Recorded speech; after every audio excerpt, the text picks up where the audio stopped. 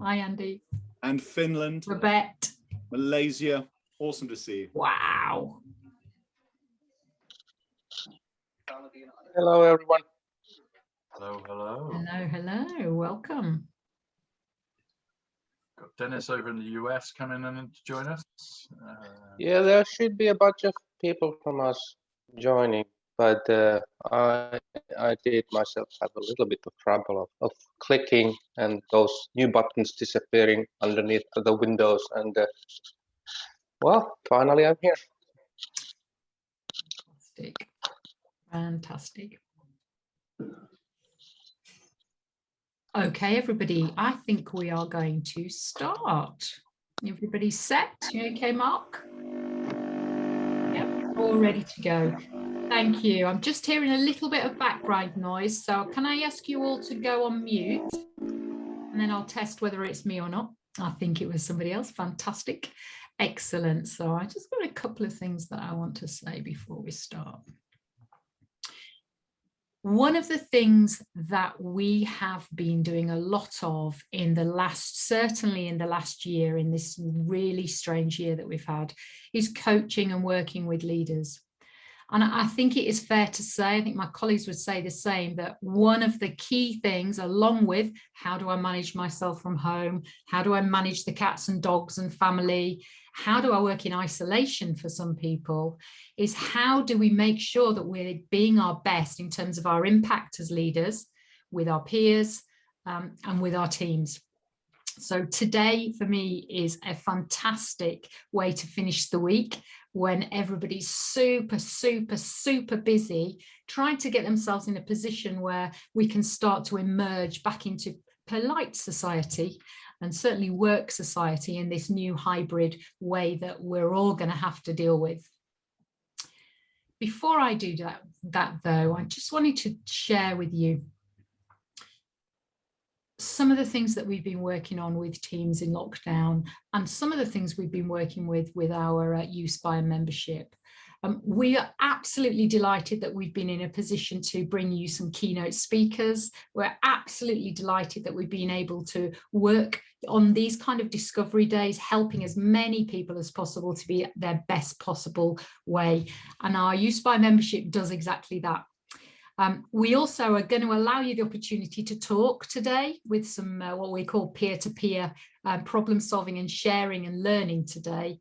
And also towards the end of the session, we're going to offer you some complimentary coaching or a conversation with us if you feel like there's anything that's resonated for you today, or if you feel like you actually would like a little bit more coaching on us around any of the things that we're going to talk through today, any of Mark's things, or indeed anything in terms of your commercial leadership. We really, really genuinely are looking to enable and inspire the finest commercial leaders in the world. That kind of sounds pretty high level, and how do we ever do that? But I would like to welcome you, those people who we've only just met today, and there are plenty of those today, welcome you to today and say that you're now a member of our community. Make sure that we've got your email address, and we'll make sure that we are continuing to nurture you into our community. So I'm going to introduce our speaker today, who is my colleague, Mark Francis. And Mark is going to talk to us about impact. Impact as a leader, but also in particular virtual impact right now, when we know that still a fair amount of our work is going to be online. So I'm going to introduce, without further ado, Mark Francis, who's going to run most of the session today. And yeah, I hope you enjoy. See you later. Amanda, thank you. Could you put me on spotlight? Yep. Can everybody see Mark spotlighted? Can everybody see Mark's shirt nice and big? Yes, brilliant. I got lucky 20 years ago, because 20 years ago was the beginning of my journey as an independent consultant. And my very first project was to host an international conference in Sardinia. Not bad, 3-day conference, people flying in from all over the world. And I got lucky. I got really lucky, because right from the very start, I met a mentor. a leadership mentor who decided that they wanted to mentor me in leadership, which is about as cool as it gets. But the start of that relationship was pretty cool too. I'm in Sardinia Airport watching the carousel of bags go around, waiting for my bag. And up walks this powerhouse of a lady. She turns out to be Taiwanese American. And she says, Mark Francis. And I was surprised because how did she even know who I was? Mark Francis, yes. She said, if you carry my bags, I'll pay for our taxi to our hotel. Now you can imagine that was all a bit surprising. And I said, well, actually, I think the organizers have got coaches for everybody. And she said, yes, I know, but we are speakers and therefore we've got to keep a certain mystique. I said, oh, okay, right, let's do this thing.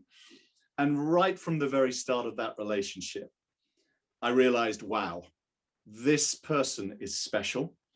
She has an ability to inspire just by her presence.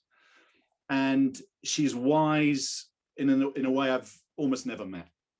And so today, what I'm going to do is, I hope, is provoke you as leaders, provoke you in at least 3 ways. And I've written them on this hand side here. Leading is a choice. So leading is not a status or a title or a job role. It's a choice, which we all have. Second provocation, body matters more. And in the feedback that Chin-Ning gave me, you'll see the essence of why that's a provocation for all of us as leaders. And the last provocation, explicitness rules. I'm going to bring all of those to life in 2 sections today. We're going to do about another 40 minutes. Then we're going to take a break to let you energize, get the blood flowing. And then there's a second section. What I'd love you to do, whichever way you do it,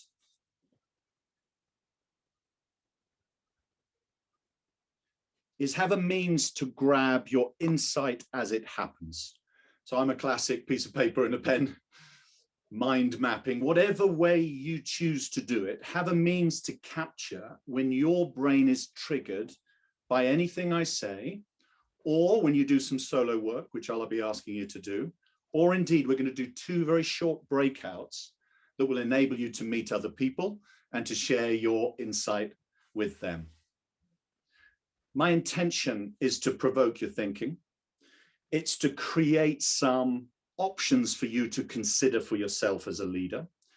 And more than anything, it's to let your brain incubate them. So by capturing your learning, your brain starts to work on it.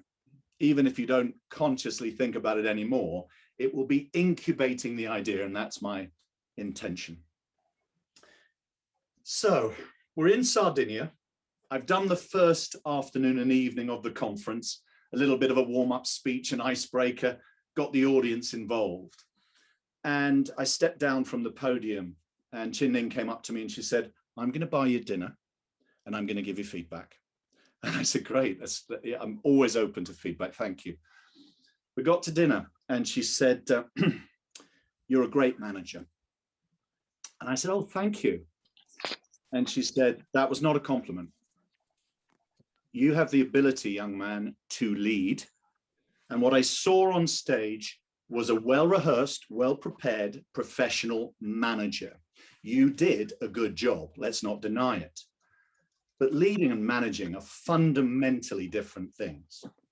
And I'm going to give you feedback that says there are 4 words I want to plant in your brain, not just tonight, Mark, but for every single day you continue a leader.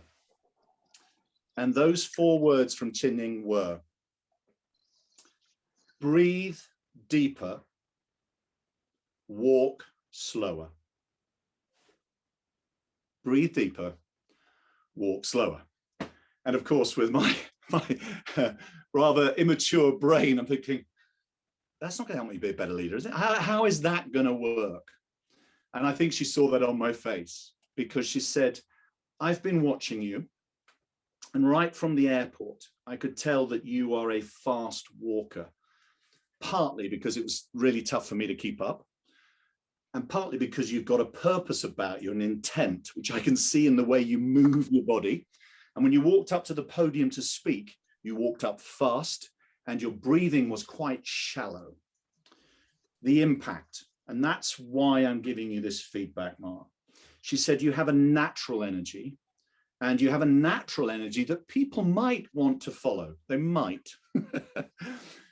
But when you walk that fast, it's going to be really hard for your fellowship to keep in step. Now, I remembered every single word of that feedback. You can imagine why, because it made such a massive impression on me. And frankly, I'm still learning it. My colleagues will tell you that I still think fast, walk fast. I still do. So it's a work in progress. But the theme of the feedback that Chin-Ning gave me is still solidly in my intention. So 2 things came out of that experience for me. The first, I decided to define what leadership is. What is leadership? I'm going to share that with you. There are many different definitions, but the definition I had from that very moment, took a while to shape it, but I got to, is this.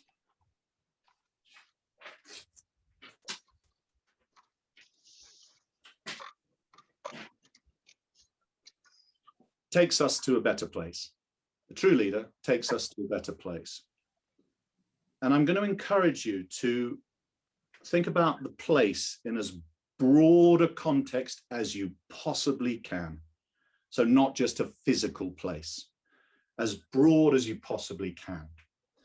Because it helps me articulate the difference between doing a good or great job as a manager and being a truly great leader, where you enable positive change more than just in the short term and more than just in this year's annual results. So it takes us to a better place. The second thing that I decided when I had this amazing encounter with the powerhouse that was Chin-Ning Chu was, whenever I see leadership, whenever I see it and wherever I see it, I want to grab the opportunity to interrogate that leader. How do you think? What do you think? What did you do? How did you do it? And truly interrogate why they're so amazing. Chin-Ning was the first. And I've spent the last 20 years searching for leadership and finding it in many different walks of life. And every time I do, I precociously take the chance to say, can I buy you dinner or buy you a drink? And can I interview you? And when I do, I'm going to be pretty interrogative because I'm eager to find out. I'm eager to model excellence so that at least I can understand it. And then I've got a choice to use it and do it. So the first provocation is everyone has a choice to lead. Leadership is a choice.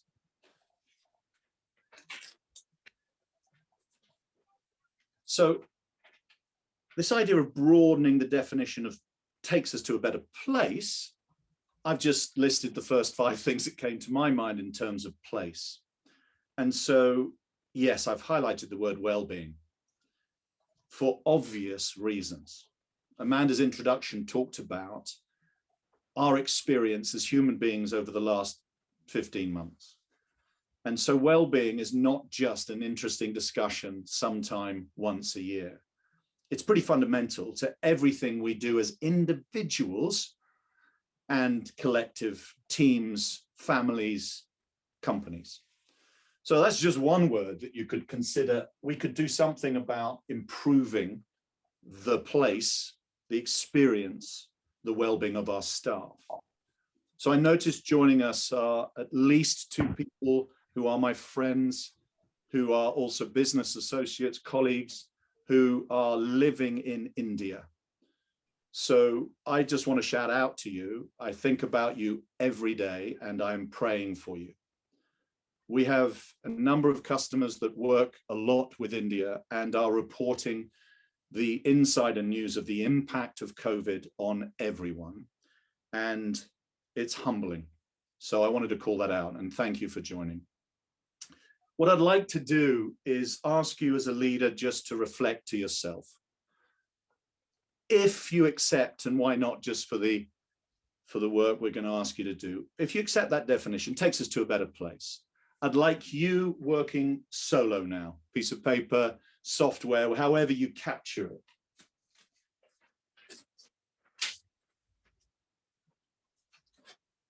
Just reflect and decide, what is that better place that you want to lead people to? Okay, so I'm going to stop talking for 3 minutes, and I'll start talking again at about 20 past the hour. If you're not in India, I think it might be 50 past the hour if we're in India. So see you in 3 minutes.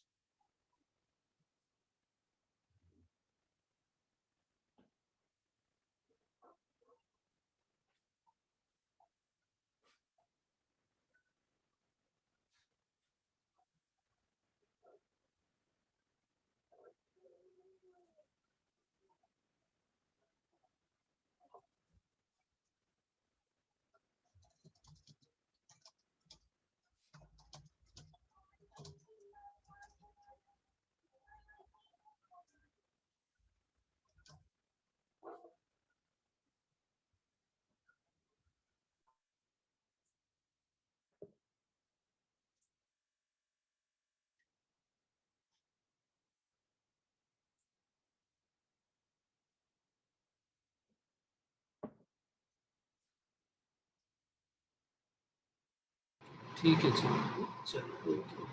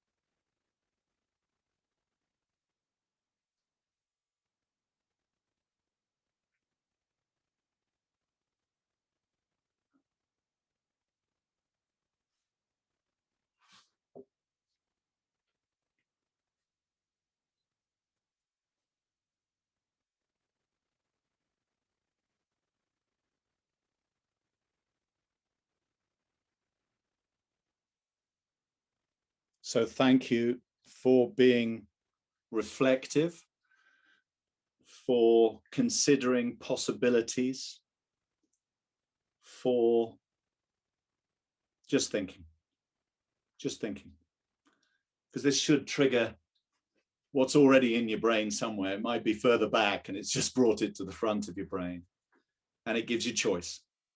It gives you choice because you've planted a seed in your brain just by thinking about it and hopefully writing it down, that your brain is now incubating anyway, even if you don't want it to. It'll be working on that better place, which is a good thing. We are a passionate business about commercial leadership. Amanda said, creating the finest commercial leaders in the world is a wonderful aspiration and vision. How do you then take from clarity of what really good looks like and make it happen? Well, we've got 4 stages, and you can see them here.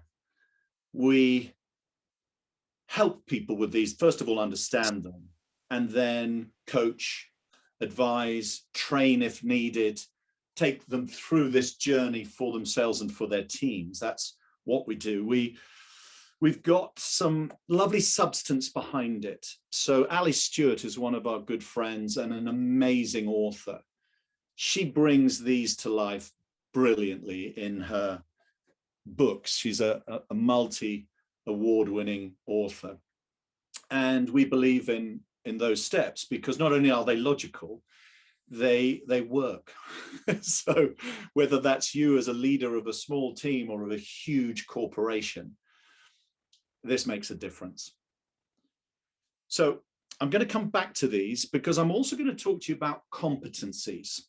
And for each of those, we've got 2 competencies for a leader that helps make it happen. So it's a nice little check for you. Which of these competencies do you think, yeah, I'm probably already quite good at that? And which do you think, yeah, I'd like to dial that up a bit. Before we do that, we're going to do a little quiz. And the quiz, of course, is relevant to everything we're talking about, knowing your impact as a leader.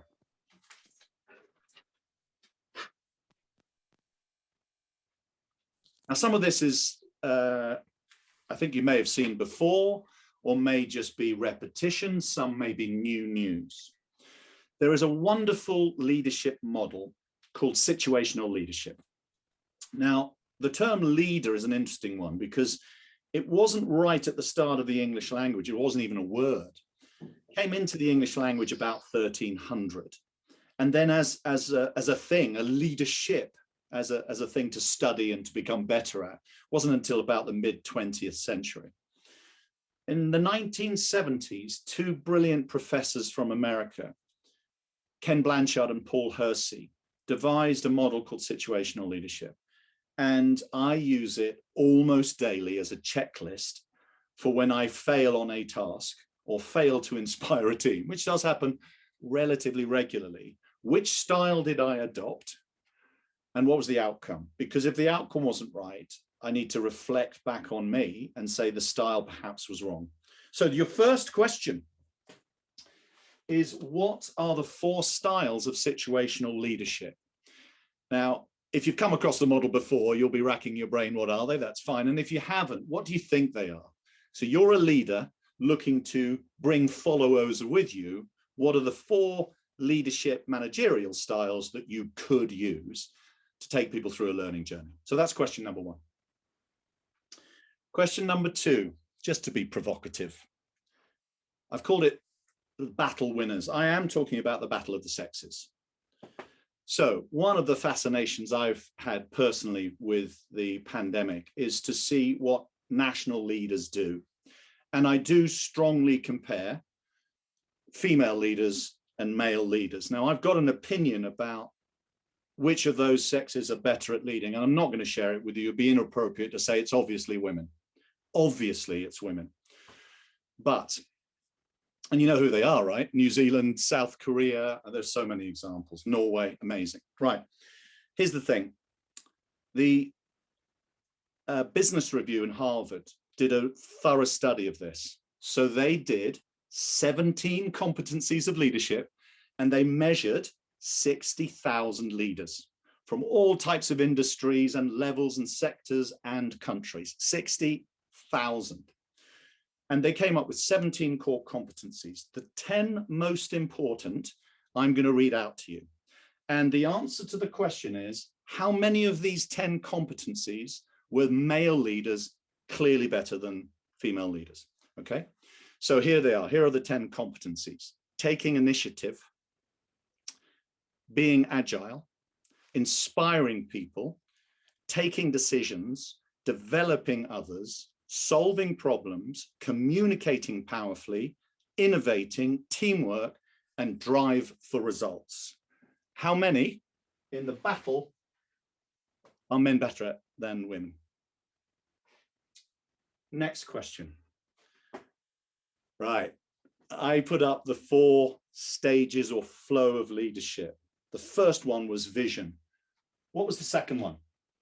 Once you've got clarity of that better place, what do you need to do next as a leader or to make happen in order for that better place to be realized eventually? So what comes after vision? What's step 2 in the 4-step flow?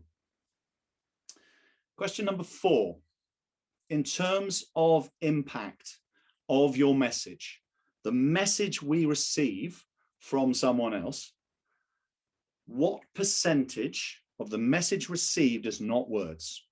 It's body language. It's how you say those words. It's tonality, it's pace, it's pausing. So what percentage is not the words? And question number 5. We have millions of visual and all of our senses, receptors in our brain, millions. Of those millions of receptors, what percentage are visual? So the visual sense of all of the receptors we've got, what percentage is visual? So some answers. You get a point each for these 4 styles. Direct, sell, participative, and delegate. So depending on the situation and the task and the individual, do you direct them what to do and how? Do you sell, which is what and why? Do you participate, which is what do you think we should do, bit of coaching? Or do you just trust? You say the what and you leave them totally up to delivering the how themselves. Those are the 4 options of style of leadership. I'm going to go into that in a little bit more detail next. Battle of the winners. Now, you get a point for each of these if you got it right. For the battle of the winners, if you get it right, you get 5 points. There's no other points. And obviously, of those 10 major competencies, the ones that the men are clearly better than the women are none. And by the way, the margin's significant. It's usually between 10 and 15% scored higher if from the female leader group. So none is a stronger competence for men. So that's just a bit of a watch out for those of us who've got heightened opinions of our own leadership ability, including myself, by the way. I said to my wife, we're going to do this call, give me some feedback, right? Yeah, there's a gap between what I think I do and what I actually deliver. So room for improvement, let me say that. After vision, the word is mobilize. So after you've got clarity, you need to mobilize. You need to get your people to be follows, to want to do it and to start to do it. So it's mobilization, not the words. Not the words is 93%. And it's shocking, really. And for those of you who lead with logic, your logical brain saying that's wrong, it's not acceptable. I just want to tell you very specifically a caveat to this. If you get the words wrong, the whole message is lost.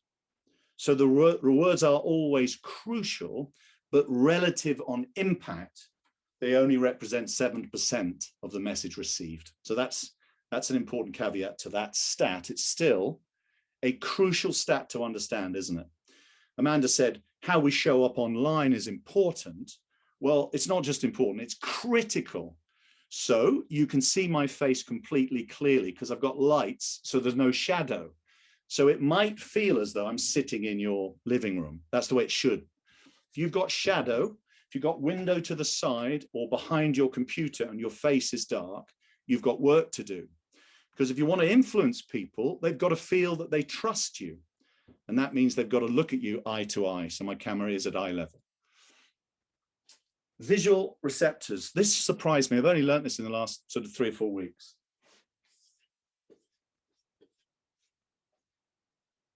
90%. So of all of the receptors, of all of the senses in our brain for taking in information, 90% are visual. Now that should stop you in your tracks, because how are you communicating at the moment? Do you show up on Zoom with no visual backing for what you're saying? I think most people do. I've been on calls this morning we had about 40 people on a big call, regional call. There was no background information. There was no visual imaging. It's new to us, of course. This format is brand new, but actually these sort of stats say we've got to work way, way harder at our visual messaging if we're going to have the impact that we want to have. So using chat, please, I'm going to give you, if you get within 10%, you score 2 points. If you get that exactly right, you score 5. Same with this, get within 10%, you get 2 points. If you get it exactly right, you score 5. Mobilize, 4 points if you got it. This one, let's say 4 points, and then a point each for those. Using chat, what did you score? So I'll let Amanda have a look and see what the scores are in chat for that.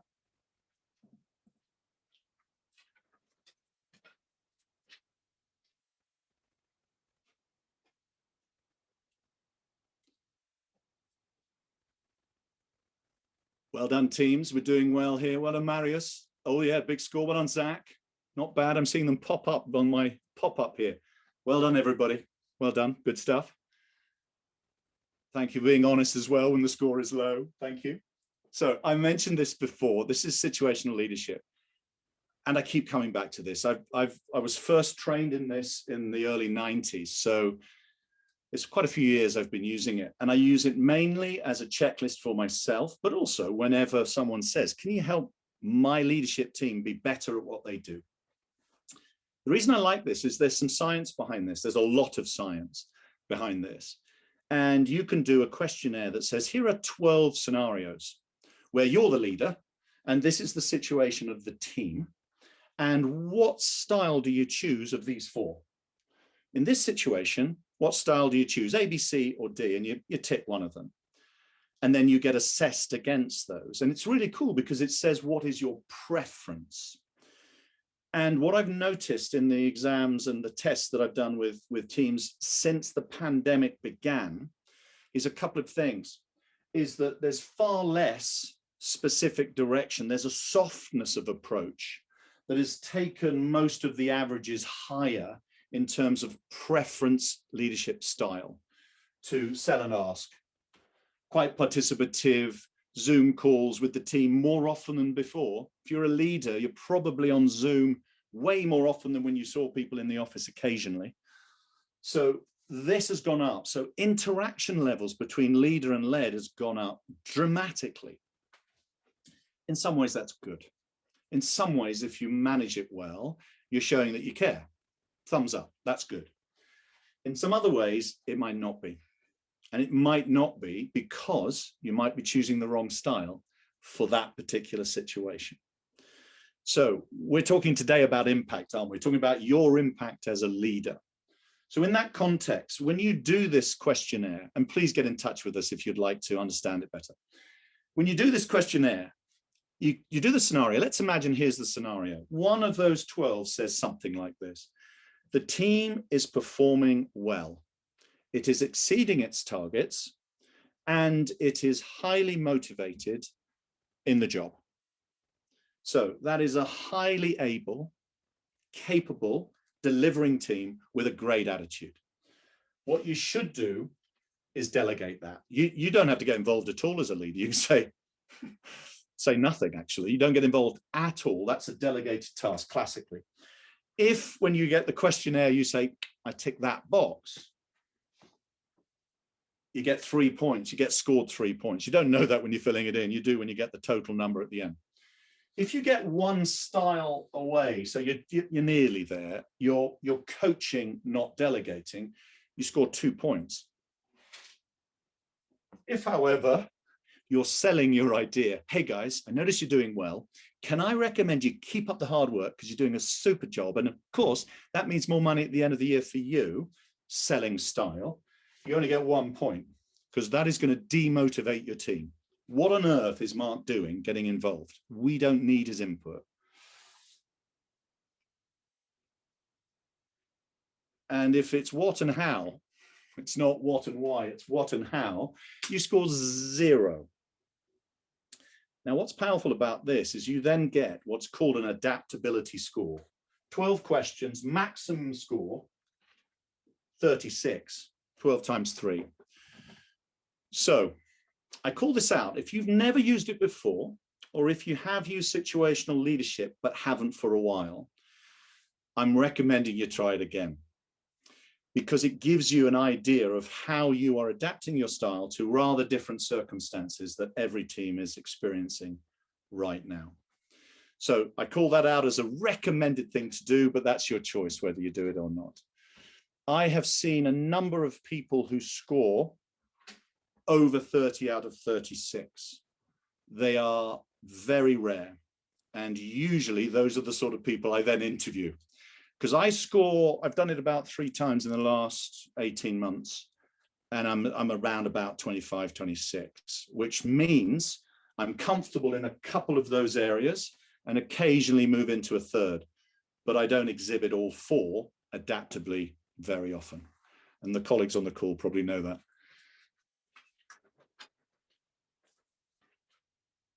Now we're going to go into breakout in a second, because I hope I've provoked you enough to really start to be thinking deeply about how you are being as a leader.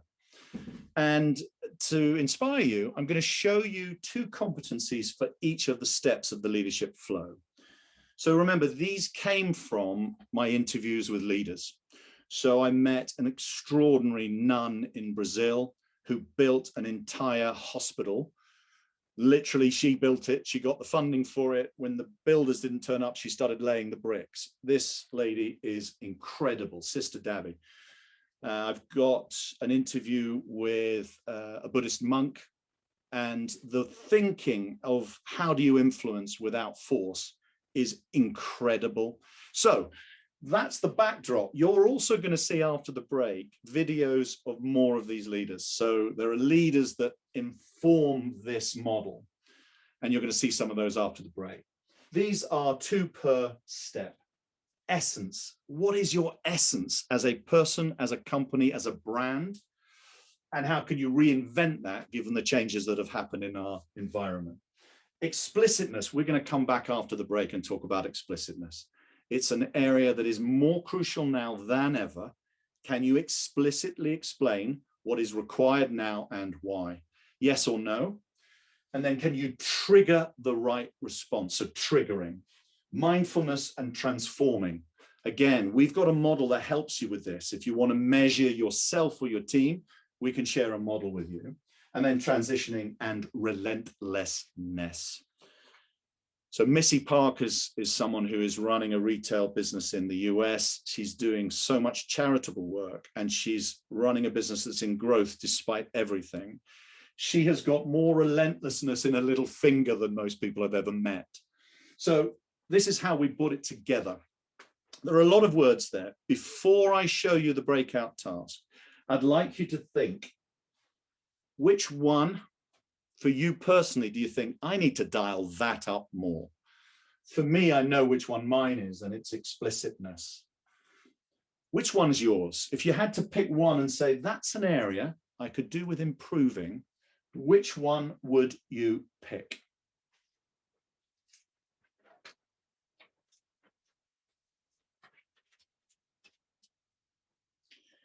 So we're going to put you in a breakout in 2 minutes. Before we do, I want you to think about the biggest behavior change required to mobilize people, and maybe the style you've just considered or competence to do it. So this is a 2-minute exercise, working on your own.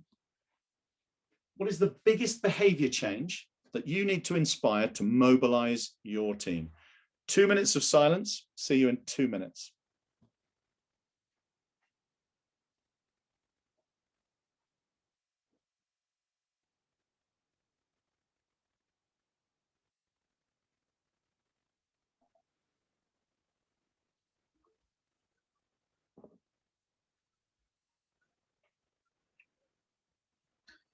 Mark, it's Chester. It'd be really useful if you could just turn the flip chart page back so people can see the mobilize. You mean that? Explicitness and triggering, yeah. Thank you. Thank you.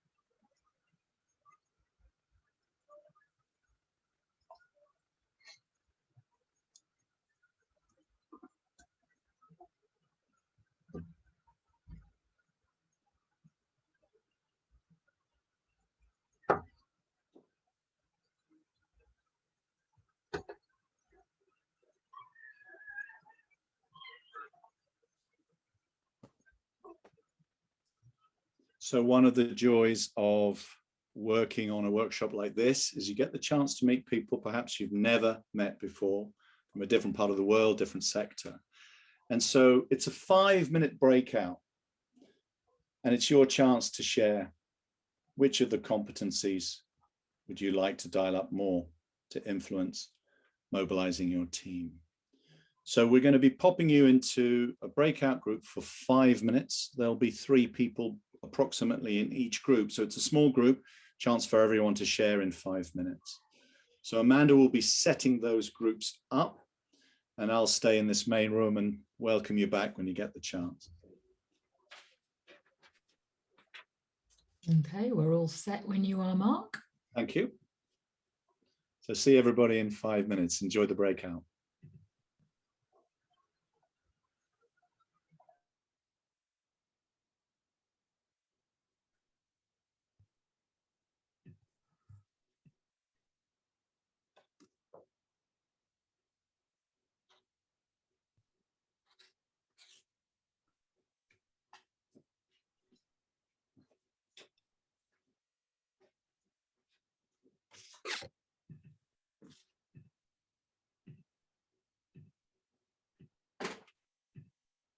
It's much better than Microsoft Teams, isn't it?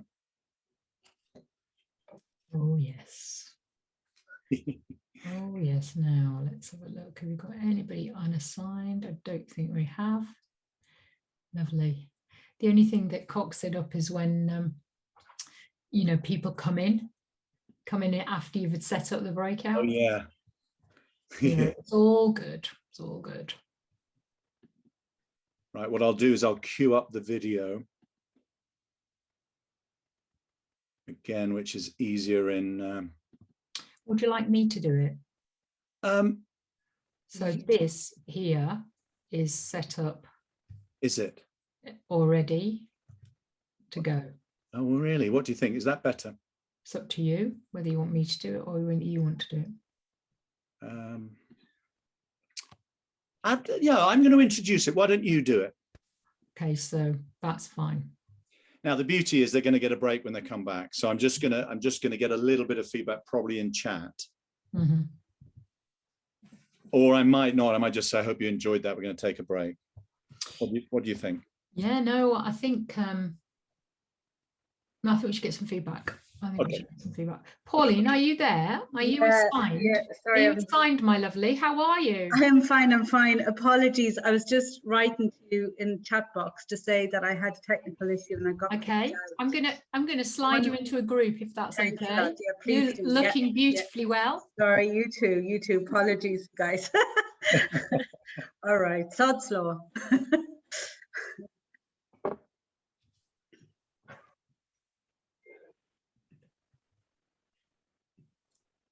Hello, Melinda. Hi, Melinda. Hi. Well, did you get allocated to a breakout or did you just join us? I've been allocated a breakout, but I had to go to put my audio on. Right. Okay, no problem. So I don't suppose you can remember which room it was. Can you, Melinda? No, I can't. Was it Don't 12? worry. Okay, we'll go with 12, see what happens. That's Okay, fantastic. Okay, let's put you back into 12. Hmm? See you shortly. Thank you. Helen, you okay?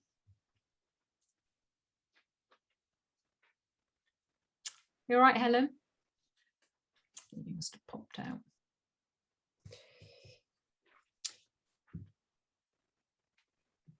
Hi, Cara.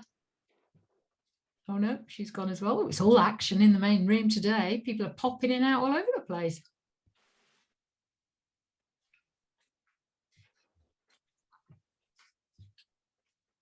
Mark, the situational consistency model, is that the one from Liberating Leadership you've been using? No. Because there is one. There is one. It's the same principle exactly. So yeah. If they come to us, we should use the Liberating Leadership one. So situational consistency, the Liberating Leadership one, is something that should anybody choose in their coach. It could be an interesting one to capture some coachees because actually it's free for us. Yeah, no, exactly. It's a good one, isn't it? If that could be, if you're interested, blah blah blah. And then the other thing is we have got the one pager on leadership competencies, which I've got here. Oh, lovely.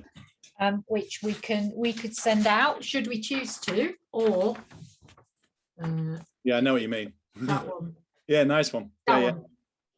I don't know. Do you think we should send that out, or is that our IP at this point? I think it's IP. I I think think it is. it's when someone gets interested. Do you know what I mean? They say, "Oh, I was triggered on the course because."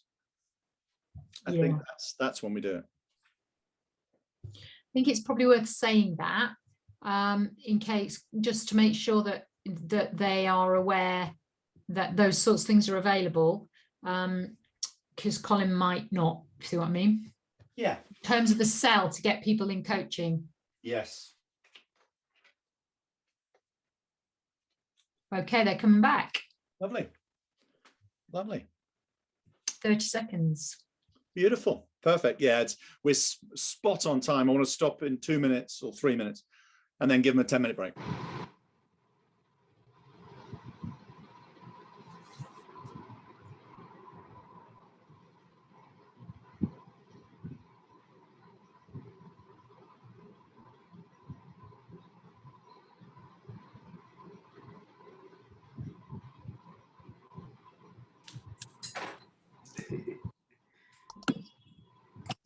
Great to see you, Craig. You too, Mark. You too.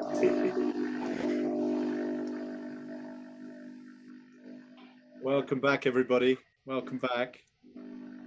Mark, I'm just going to put everybody on mute, and then you might have to, I'll just unmute you. 1 second. Well done. Well done. So welcome back, everybody. I'd just like to take a couple of minutes only, then we're going to take a break of 10 minutes just to manage expectations. I'd love to hear from people in terms of what was the insight that came out from the discussion. So would anyone like to say something like that? So for example, Zach, I saw you put in the chat, great chat. So Zach, would you be comfortable sharing why that chat was great for you? Yeah, absolutely, I would. I think we really had a good open forum and discussion. We learned a lot about each other in a really compressed, short amount of time. And I think we all fed off of each other. So the cool thing is we came to a great summarization, but again, learned a lot about each other. But a lot of those were kind of crutches that helped prop up some of the others. So yeah, great discussion. Thank you so much, Zach. And what triggered when you were speaking is we, in the Uspire network, we do exactly what you've just discussed. We bring leaders together to share experience, objectives, challenges, and help each other. So that's really cool. Thanks for sharing. Should we hear from one more person who'd like to share the experience of that breakout?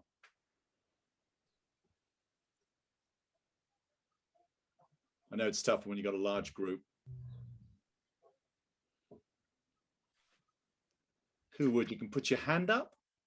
I don't mind sharing, Mark. Go for it. I had a really lovely discussion with Natalie and Fiona. And the interesting thing is that all three of us chose the same one. We all looked at vision from different angles. And the really interesting question that we were talking about was, you know, who in a corporate environment is actually responsible for making sure that the vision is explicit and clear. And it was really interesting to, you know, get to that point where we actually realize that it's everybody's really, because each person hears a different message or needs to hear a different message. So thank you to both those ladies. It was really insightful. Thank you. Brilliant. Thanks, Babette. This is that classic story of the person walking towards the pyramids all those years ago and asking people on the way who are building the pyramids, what are you doing? Oh, I'm lifting these incredibly heavy rocks every day and I'm breaking my back. And then the next person said, I'm building a temple to worship the greater good. So that's a really neat point. I am going to give you a break. I'd love you to take the chance to stretch your legs. If you can get fresh air or some sort of ability to move the blood around your body, that would be awesome. And we start again in 10 minutes, which is on the hour or half past, okay, depending on the part of the world that you're in. Okay, so see you in 10 minutes, re-energized.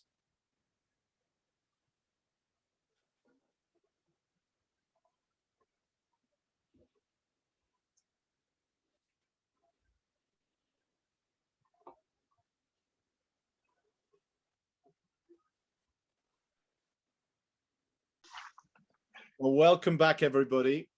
I hope you're energized. And my job is to continue to stimulate and provoke so that some ideas go into your minds and they start to incubate, because our supercomputer brain has that amazing ability to do just that. Put the seed in there and off it goes.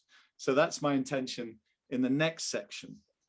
I'm also going to bring to life this idea of finding leaders, and with the curiosity of a child saying, how do you do what you do, right? And one of those leaders is a gentleman I first met 16 years ago. He was already CEO of a really successful American business, it's a global business actually, called Edwards Life Sciences. His name is Mike Musalem.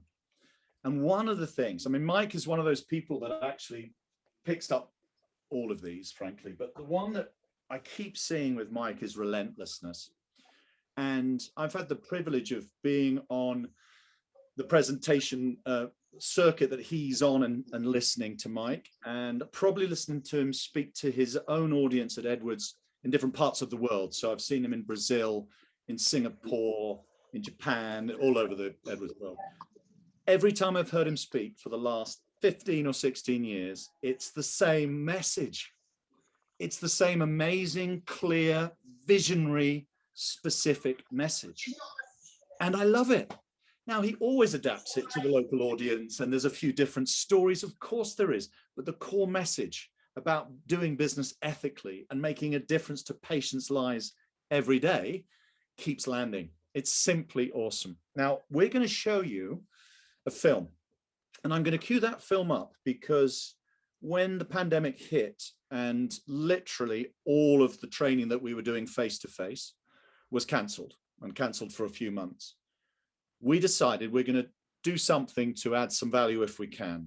And so we said, right, let's get great leaders and interview them and do it on a podcast or a boostcast, as we called it. And this first video calls out two great leaders, one of whom was head of Camp Bastion in Helmand province as the chief clinician in the military. And this was an area where, oh my goodness, there were lots of casualties. So the stress on the leader was significant. And that is Andrea Lewis. When we got to interview her, Andrea was retired from the army and was working as a chief nurse in a hospital trust covering 3 hospitals in the southeast of England. And I asked her about how is she leading during the pandemic. And the other person you're going to see is Colonel Simon Brown, who at the time was colonel in the British Army. He is now special advisor for vaccine rollout in the UK, in the south of the UK. And I know that a number of people on this call are not living in the UK. The performance of the rollout has been truly extraordinary. It's a success story of significant proportions. So these are two leaders who I like listening to, and they talk quite a lot about explicitness. So I wanted to cue that up so that you're listening for the leader's way to articulate a message. Andrea starts.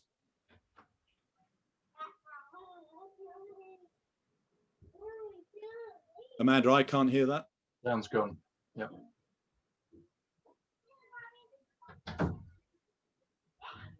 Do you want to try teeing that up? Because I'm not quite sure what to do about that. Chester, do you know? I've not got the video on. You're playing the video, Amanda. So yeah, no, I just wondered whether I could read. Do you want me to try? Yeah, do you want to have a go? Thank you. Let me try. Thank you. We have plan B. Yeah, exactly. He says, wishful thinking. Let's see what we can do. Let's see if this plays from my computer. It's about setting the expectations, and so people being absolutely clear as to what your expectations are, what you will tolerate, what you won't tolerate, and you know what, we've just got to do the best we possibly can here. And I know we will do the best we possibly can because we're having fabulous training to do it. For me, it was just getting about and walking about and managing by walking about and being visible. And so when we did have the major incidents of lots of trauma coming in, which was an unexpected, I suppose, although we had trained for it. But still, when you're faced with it, it's still a shock. That the guys just absolutely. The first time was a case of okay, we can do this, but after that, it was it was like clockwork, incredible. I'm an infantryman, so tip of the spear, and my ability to sell any plan to somebody was absolutely underwritten by people like Andrea. Is that, you know, if people went into kind of dangerous situations, that knowledge that they had a 98% chance of survival if it all went wrong is so important.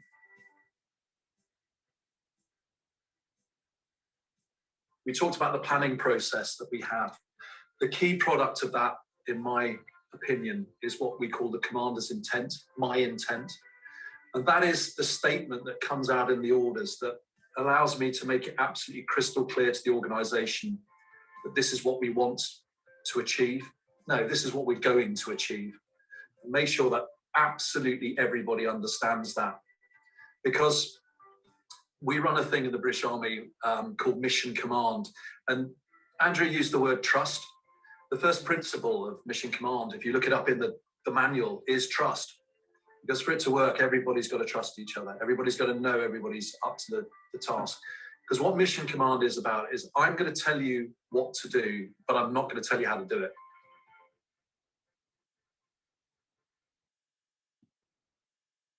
So I wanted to share that with you because that gives you a flavor for when I get the wonderful opportunity to find great leaders. I ask them those questions that get them talking and modeling what brilliance looks like. Now, I'm going to share with you something that I learned from a lady called Maggie Campbell, and she is a mature lady now and just amazing. And so a coach, Amanda and I worked with her, and this was something that she shared, and I fell in love with it because I knew I wasn't good at it. So I'm going to share it with you, and the film gave a great example of it. And it's communicating with impact, conversations between the leader and the led that make a massive difference. So that's why it was lovely to hear Andrea and Simon talking about that in two different contexts, one in the military and one in hospitals managing a huge number of patients. So there are three conversations, and the one I really want to emphasize is setup. Because in my experience, if you get that first one right, the other two, which is check-in, I'm just checking in, how's it going? All right, it's check-in, not check up on, it's a check-in, and time out. Things clearly aren't working, let's talk. Those become unbelievably easy if you did that right. Now, I know I'm naturally not good at the setup conversation. And I'm not good not through ill intention, but through being a little bit rushed. Do you remember the advice I got about walk slower? I will do a setup conversation walking fast. So it's on my to-do list. Just to let you know, I'm going to give you this task. You're amazing. Good luck. Now, again, well-intentioned, but simply awful. Can you imagine if Andrea Lewis, as chief nurse, had said that to a nursing team? I'm confident you can manage it. Good luck. And then didn't do what she said she did, which was walk about and check and give confidence and all those sorts of things. No chance. So set up conversation. I'm going to explain what needs to be in it. And I'm going to give you an example that I used, which simply didn't work. And an example I used because I consciously used it that did work.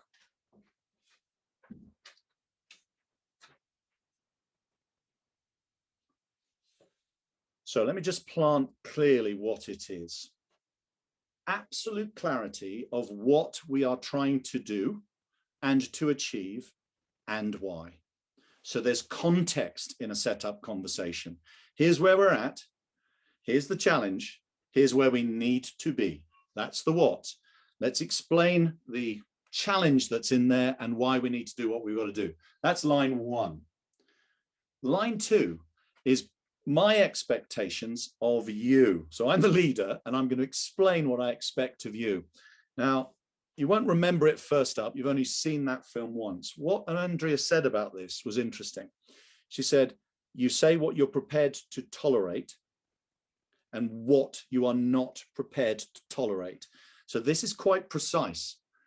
You don't sort of, you're not vague about this. It's absolutely explicit. So there's the word from the competence of leadership, explicitness, implications. So one of the implications that Simon mentioned was that when Andrea was working as the head clinician in the Camp Bastion in Helmand province, which was the most militarized area of Afghanistan at the time. And if you were in the Allied forces there, you were under attack every day. What she said explicitly to the people in the camp who were going on missions, I guarantee that there is a 98% success rate of us managing you if you get injured. 98% will not die. Now that's explicitness, but just understand the impact that has on morale, confidence, energy to go and do the task. We've got such a professional backup from medicine and support. I'll be okay, even in a terrible scenario. So that is explicitness. Now I'm going to give you a bad example, and this again is this is my innate style as a leader, which I constantly have to check and try and change. When Ben, who is my oldest son, first got a mobile phone, I said to him, he's 12, by the way, we said, it's got to be 12. We said, here's your phone. I've got one here. Here's your phone. Make sure you don't overspend. Right. You see what I mean about not very good? That's a setup conversation. Absolutely no implications. Absolutely no specific expectation other than manage a budget you've never, ever managed before and have no chance of understanding, but I'm just hoping you just happen to stay within it. No chance. And also what I expect you to do and not do, what I'm prepared to tolerate and what I'm not prepared to tolerate and why. Now, do you see how explicit that is? So this is not the way to do a setup conversation. By the third son, I got it half decently good. Here's an example when Maggie shared this with Amanda and I that I took on board. I was managing a talent group in sport. So the sport is rugby, and I was given a very talented group of under 21-year-old internationals. And the idea was develop them, and we were going to put them in a tournament and try and win the tournament. But actually more important was developing the individuals. And I had the privilege of managing them over a month to help them grow. And I just learned this. So I thought, right, I'm going to do a setup conversation with proper management and implications. And to cut a long story short, what I said towards the end, because we did a lot of positive things about winning and eventually becoming a full international, and so exciting, expectation sharing, motivation, all of that stuff.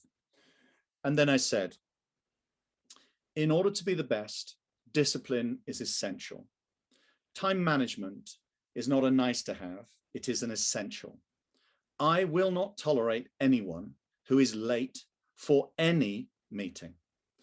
If you are late for any meeting that we have shared with you and agreed, you will be removed from the squad instantly. Now, implications, totally explicit. Under 21-year-olds, you can imagine there's a degree of rebel. There's a degree of, oh, I forgot, oh yeah, was it this morning? Yeah, I missed it. Yeah. There's all of that stuff going on. And then this is what happened. No one was late for any meeting, training, or a match for 4 weeks. Squad of 28, no one. And that's because I set it up incredibly clearly. There's the carrot and there's the stick. So I wanted to put that in your space because this is something which is game changing. If you've got clarity of the place you want to take people to, everyone has a role.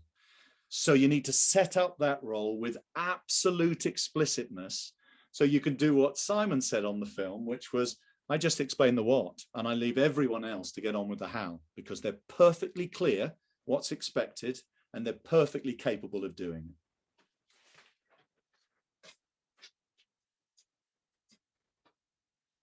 Do you remember earlier on, I made the brazen suggestion that female national leaders are better than the males? Brazen, opinionated stuff. Here's another example. This is a set-up conversation by a lady called Silveria. She is the prime minister of a tiny Caribbean island called St. Martin. That has got 45,000 people on it, and it is almost exclusively dependent on tourism. So not only did she realize as the premier of the country that COVID was dangerous for our people, it was also dangerous for our entire livelihood and economy. So when they first got a few cases, she said this: stop moving. She paused, she waited, sinking in. And then she said, stop moving. If you don't like bread, eat crackers. Imagine this is hurricane season, but instead of a hurricane lasting 2 or 3 days, it's going to last a few weeks and a few months. When you go to the shop once, you stock up with canned fish and you don't move. If you move, these are the implications, you risk death. That is explicitness. So I'd love to get your perspective on this principle of a setup conversation and a competence which is called explicitness. Could you use chat for me and just say, what do you think? What do you think of a setup conversation which is completely explicit in your role and journey as a leader? Okay, so it's using chat. I'm going to give you a moment to think about that. What do you think of setup conversation? Is it relevant? Will it make a difference to you? Are you already good at it? So please use chat to give me your perspective on this wonderful thing called setup conversation.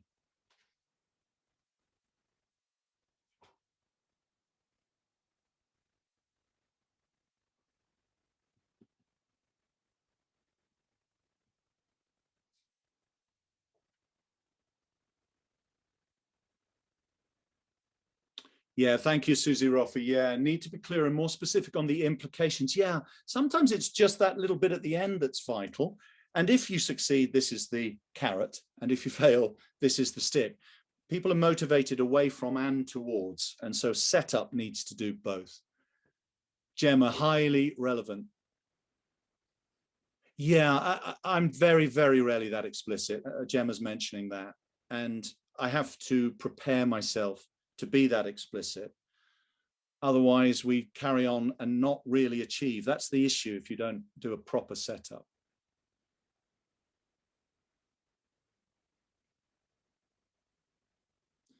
Yeah, talking about effectiveness, Phil is talking about makes a real difference. Yeah, absolute clarity of expectation. It's fundamental. This is good stuff. I just wanted it to trigger your thinking about relevance, use for you. That's really cool.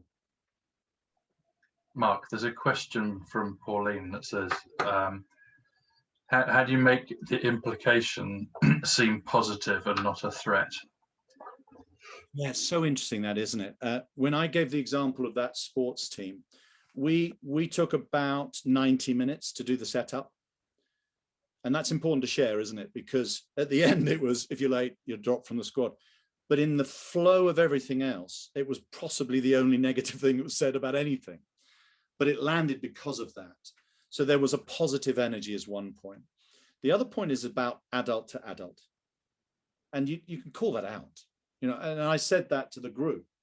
I am twice your age, team. I am going to behave as though you are exactly the same age. And I want you to treat me exactly the way I'm treating you, so that we establish this kind of equal nature of our relationship, but also adult to adult. And once you establish that, the negative or the stick wasn't seen as parental. You know, we'd set a goal to say we're going to win, we're going to be the best. In order to do that, we need to discipline ourselves and we need to sacrifice. One of those sacrifices is to dial up efficient time management, even if it's not in my nature. So do you see what I mean? It's the context and the style with which you share it that's absolutely vital. So great question. Thank you for asking it. Thank you. The other question there, Mark's from Antti, in terms of just the first 4 box that you had, the 4 box of situational leadership, and it's about making it not come across as a tell. Can you just put that kind of explicitness in the context of that 4 box grid? Yes, I can.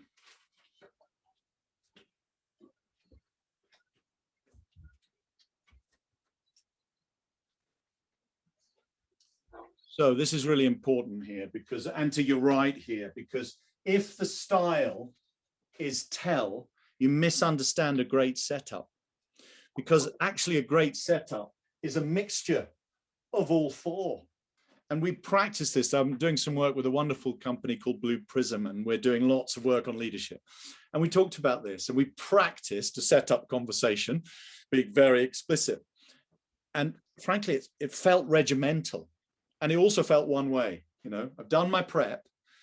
What, why, expectations, implications, any questions? You know, it's like, oh, it's like, no. This is where you use all four styles. Sometimes you're asking. Sometimes you can say, guys, what do you think the positive rewards are if we achieve this goal? And the team says, these are the carrots. And then you say, what should we set as discipline to make sure we don't do the bad stuff?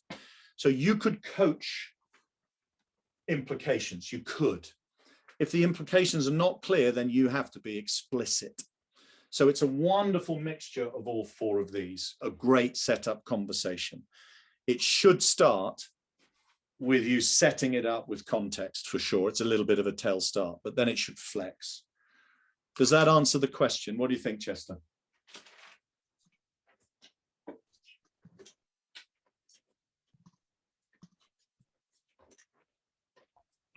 Does for me. Antti, did it answer it for you?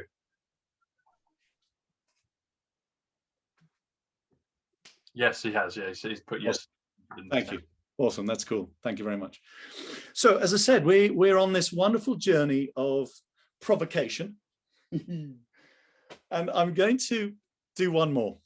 And this one comes from work that we do on presenting with impact. So we have a wonderful program, which we love being involved in, called Presenting with Impact. And we love it because it's probably the program more than any other that when we're working either online or face-to-face, we see such tangible change like that. So whichever one of us is facilitating it, we're input and try this and try that and stop, do it again.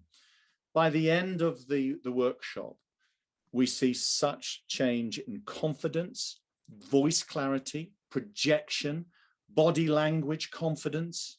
It's awesome. And one of the elements that we talk about that helps the journey of connecting your message with your audience is called ABCD.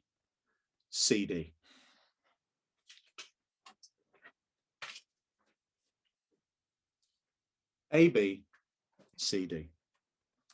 Now, this is almost certainly going to be something, if you're anything like me, that you need to unlearn. You need to unlearn this because in all of my experience and my training when I was trained to do this, when someone said, Mark, can you put a presentation together? Every fiber in my body goes here first. What am I going to say? In fact, let me get my computer open and start bashing some content in. Every fiber in my body goes there because that's the solution. And that was the request, wasn't it? Present, all right? So boom, I go straight to C. In chat, could you tell me what the A stands for? Because that should come first. What is simply critical when you present your message? Bingo, Liam. Bingo, Bernie. Yeah, straight away, it's audience. It's audience. So I'm going to give you an example that actually went well. I'm giving you too many of examples where I'm not doing a good job. I'm going to give you a good one.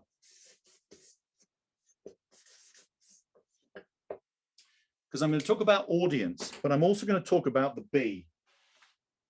What do you think the B is? Not such an easy question, actually.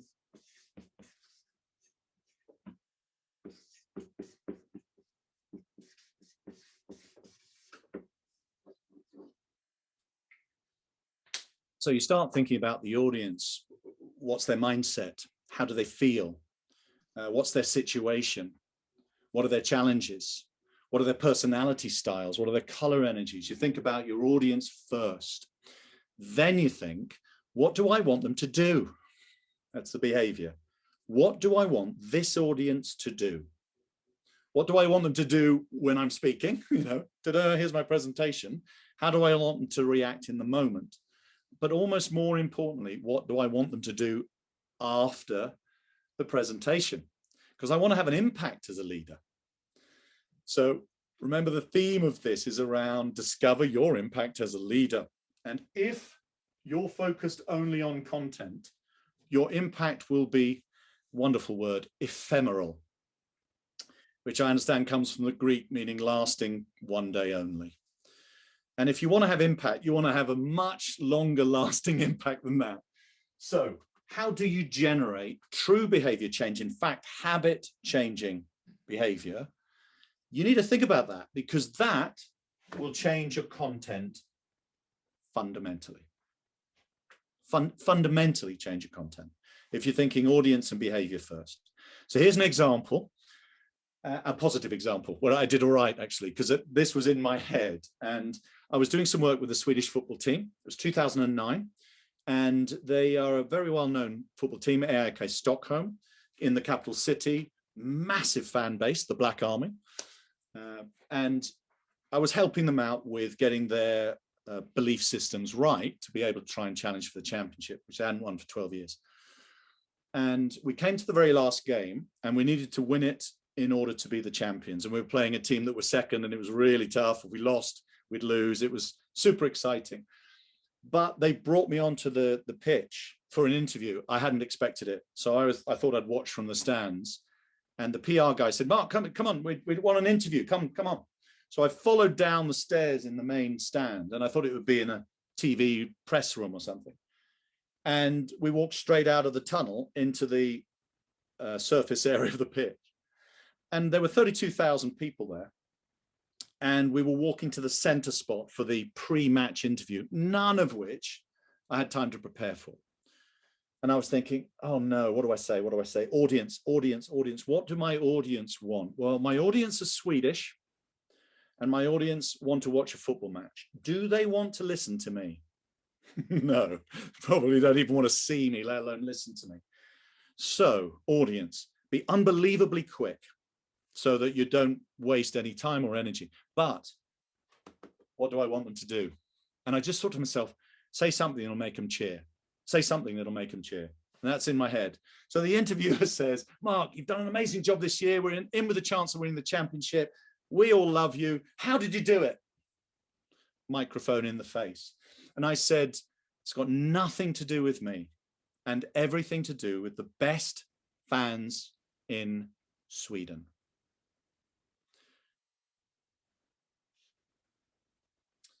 They started cheering, they started clapping, they started dancing, and they started setting off firecrackers.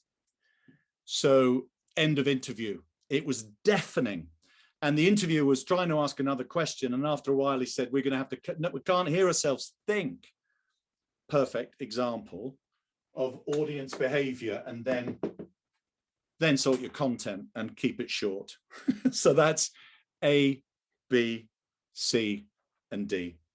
So what I wanted to do is do this thing that says provoke, make you think. You're all leaders. How are you communicating at the moment? And is it driving and inspiring behavior change that you want? Because if it is, you probably don't need that. If it isn't, you probably do. Now, for sure, you can understand we've got the tools and the availability to support you if you need it. We've even got all of that program online. So you have the incredible pleasure of seeing my face in every module, which you might not want. And so I would like you to reflect on all of the provocation that I've shared with you, whether that be set up conversation, explicitness, A, B, C, D, leadership style, should it be direct, sell, ask, or trust. So all of that, I hope I've put in your minds, because I'd like to do a breakout now where you share with another leader what you feel you have to unlearn. Because in my experience, that's way harder than learning something new. So unlearning, going straight to your computer and putting a PowerPoint slide together when you should be spending a lot more time with A and B, is an unlearn. So I'm going to give you 9 minutes. We're going to put you in at least 3s again, so you get a chance to get that shared learning. And it's 9 minutes this time, so a little bit more to talk about what you've learned and what you need to unlearn. So Amanda, over to you to set up those teams. And we're doing it randomly as well, so you may well get different teams to last time. Is that right? Yeah, yeah. So I get to see you in 9 minutes.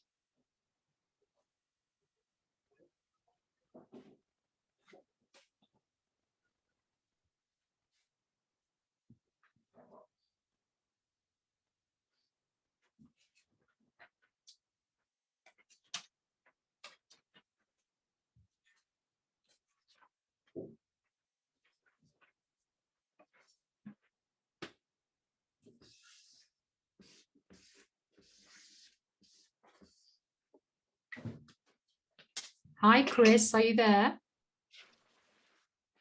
Hi, Chris. Hi, are you there? You just... Hi, Amanda. Yes, I am.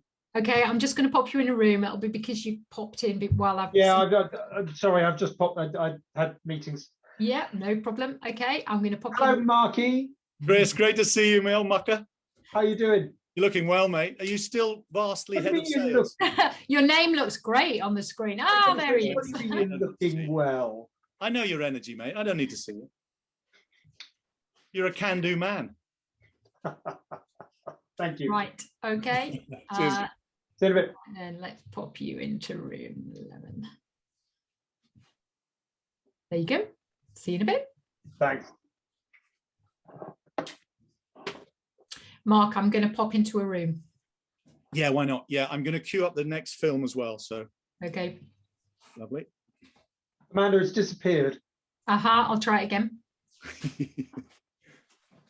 I'm sticking my mouse up Mark's nose at this moment. Not pleasant. Nothing wrong with that. Now then, it says not joined. It's about setting the expectation. Did you see? Can you see? You there? Amanda, don't worry about it. I'm watching Mark's screen at the moment. Mark, everyone is coming back. Everyone is coming back. So we need to join. We're back. No, you're going back again. Join. Okay. Join back in again. Yeah, I was going to say something. Away you go again. Yeah.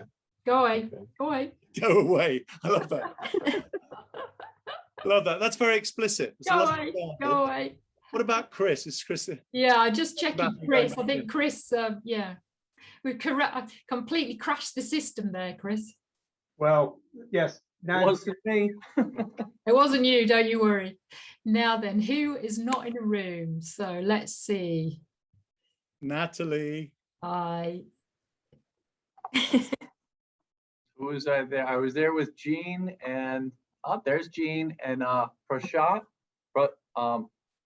You, Jean, let me just stay there 1 second and I'll pop you in. Actually, no, I think I'm going to put you four into one room if that's okay.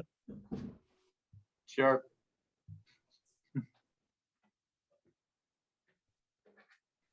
No, can't do that either. Chris, somewhere on your, yeah, why isn't that showing me? Just a little bit of struggle. Guys, I think this is not going to work. Sorry.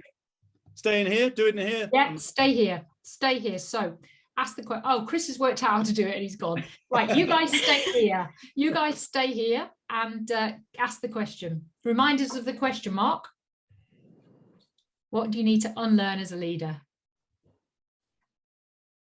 And I'm going to pop into another room.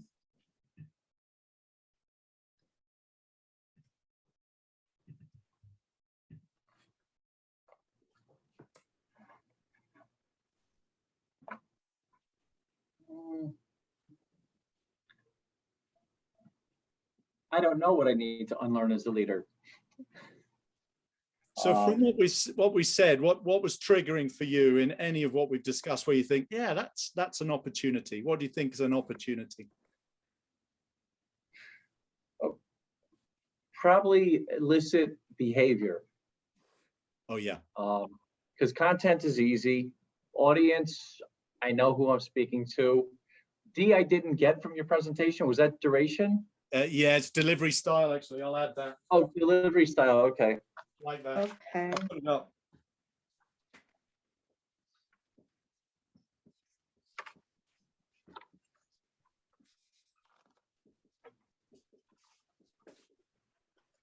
Yeah, that's a good point. So, and then what do you think on that in terms of how can you inspire more behavior change? What are the sorts of ways you could do that? What do you think? That's where I'm drawing a blank. That's why I said I don't know how to unlearn that part. That's all right. That's all right. It's like stimulate thinking around that. One of the things that I recommend is seek feedback. And so it sounds so simple, doesn't it? But it's, did what I say, did that presentation land with you really well? If so, why? And if not, why not? And if it didn't, it's almost certainly not going to drive behavior change. You know, whether I didn't understand what you meant, I didn't think it applied to me, whatever the feedback is going to inform how might I change how I did what I did. So that's what I would recommend is grab feedback whenever you can. Natalie, what do you think? What, from your point of view as a head of marketing, how would you want to adapt your behavior to unlearn? Well, I gravitate strongly towards content all the time. So as soon as you get told that you have to do a presentation, you automatically want to go straight to content. Audience is tricky. I tried to do that recently when I was presenting to the Philips team. And I know I should have put more effort into it, but everyone was like, don't worry, it's fine. Just cover off what you want to cover off. Massive egg on the face because a lot of them were really, really well-trained sonographers. One was a former head of department for echo. One had pediatric experience. One had congenital experience. So. Wow, yeah. The thing that's interesting, because you're an expert at what you do you know what I mean? If I'm in your audience and I'm not in marketing, you are my expert. So I'm the audience. I actually want you to give me content, right? I'm part of my need is tell me things I don't know. There's no doubt about that. But for me, the subtlety here is how much information, in what style. So I was working with a marketer in wine, and they're a brand owner in wine, and they showed me their presentation, and I said, intellectually, it's brilliant. I love it. I've got to be honest, it's fantastic, but it's a bit heavy. You know, there's whatever, 30 slides. You know, you kind of lost me halfway through, and I was eagerly trying to listen, but I kind of lost the listening art. And I said, how could you do that differently? How could you do that differently? But by the way, I like the slides. I don't want, you know, I'm not sure. In the end, she said, I'm gonna send the slides in advance, and I'm going to be a little bit more storytelling in the session itself. I said, that works for me. I mean, I get that. Those that want to see the slides in detail have got them. And those that want to be inspired by the story are inspired by the story. So that's a lovely example of, if you think audience, you send a lot of the detail in advance, and then you regale them with a little bit more high level storytelling when it comes to the content share. Bit of an example. So what else? What else do we think, team, in terms of unlearning? Anything else triggering for you? Does it have to be specific to what you just went over, or No. can we? Okay. No, it doesn't at all. You know, because that's the beauty of this, really. It just makes you think, doesn't it? Hopefully. Yes. There's one thing I know that I tend to lean towards. It's the 4 boxes that you had with the ask, sell, trust, tell. Yeah. Most of the time, I think I'm asking, but I'm actually selling and telling in my question. And I know I do that, and I've learned that in a previous leadership training session, and I still realize that I have to keep trying to unlearn that. That's really smart to share. I'm the same. So I think just because I'm asking a question, I'm being facilitative and coaching.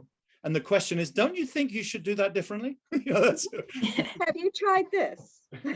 Yeah. What about thinking in this way? Yeah, you're so right. It's so easy to do, isn't it?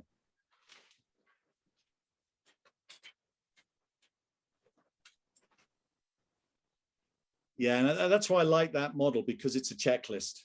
You know, it's a great checklist. Just as well, what behavior did I get, and what behavior did I want, and which style did I use? Was I facilitative and participative, or was I actually a bit of a seller, just sharing my opinion and why they should do it with enthusiasm, which is my natural style? So Natalie, I'm just checking on the time where you are. You in Sydney? Yes. Wow, awesome. So is it tomorrow? 20 minutes it will be. I thought it might be. So thank you for joining us so late. That's really cool. Which is what was making me laugh when I could hear you talking to Chester and you're like, this is great. We should run them all at this time. It's like, fuck. Not if you're in Sydney. Thank you for staying up so late. It's much appreciated. No, thank you for having me. So what we're going to do when we regroup is just that final call to action. And Colin, who's my fellow director of Uspire here, is going to just kind of wrap it up with some other thoughts for us as leaders, some provocation for us as leaders, which is a cool way to finish as well. Any questions, team? Anything I've covered that you think I'd like to have asked a question if I'd not been in a big main group? When you were talking about setup conversation, you did say that you meant that over a long period of time, not as succinctly as the example you gave. Oh, that's interesting. Yeah. Yeah. And the reason I asked that is because particularly as a female, and I know your example was given by a female, that's great because she's in a position of power. But if you're not, the tendency is for people to call you. So yeah, that's such a good point. It's such a good point, because we're trying to big you up to say, if you're not in the ultimate position of leadership, you can still lead, but it's way harder, isn't it? To be as explicit as stop moving, don't leave your house. It's way harder if you're not the ultimate boss, because will people listen? Yeah.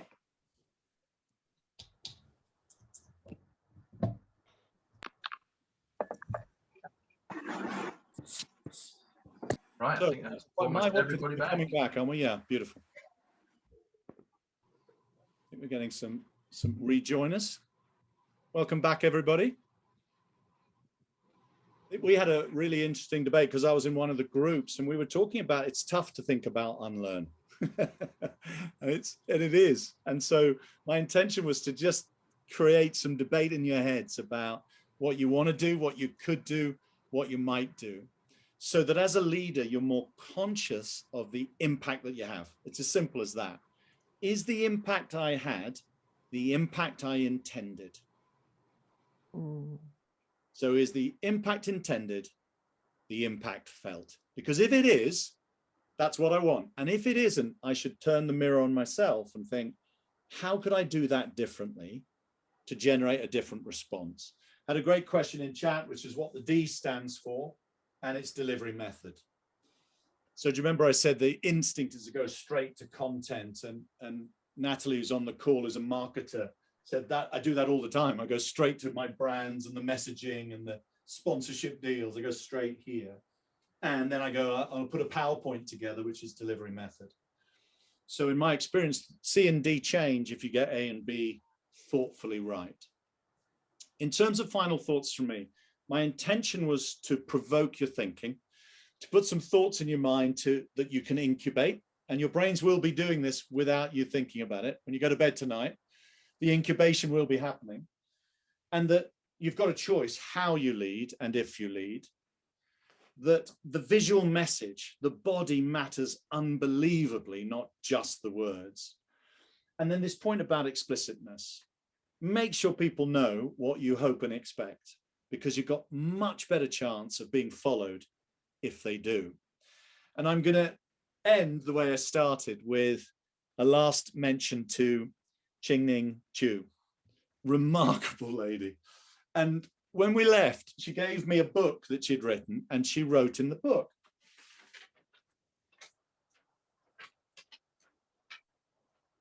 "Dear Spud, I love you, Qingning Chu." And I've got the book here, by the way, because I keep it, you can imagine it's important to me. And I said to her, bye, but why Spud? And she said, well, because you can make almost anything out of a potato.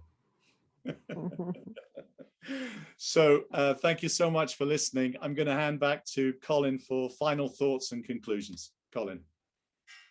Mark, as always, that's been fantastic. Thank you very much indeed. I think you've shown us today about, how important it is for leaders to make the right type of impact and to really stand out from the crowd, because really that is the role we have.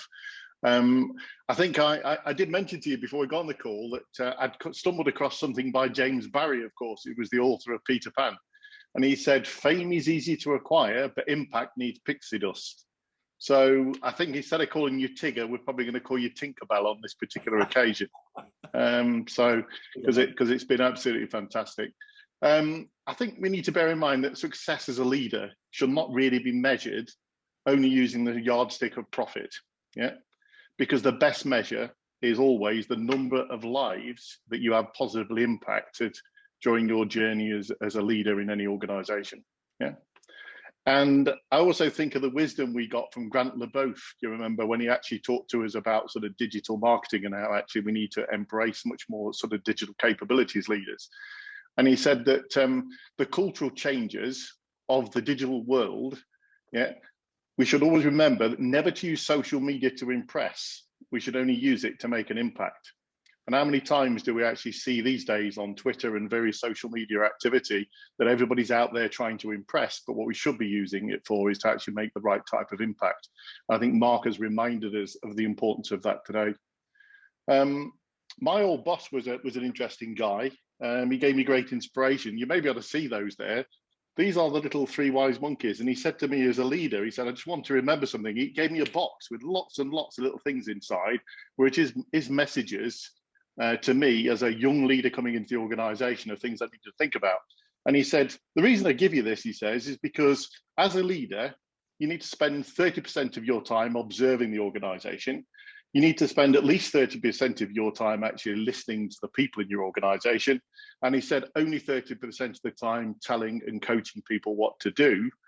And he said, I had a boss once, he said, who spent 90% of his time telling me what to do. Yeah.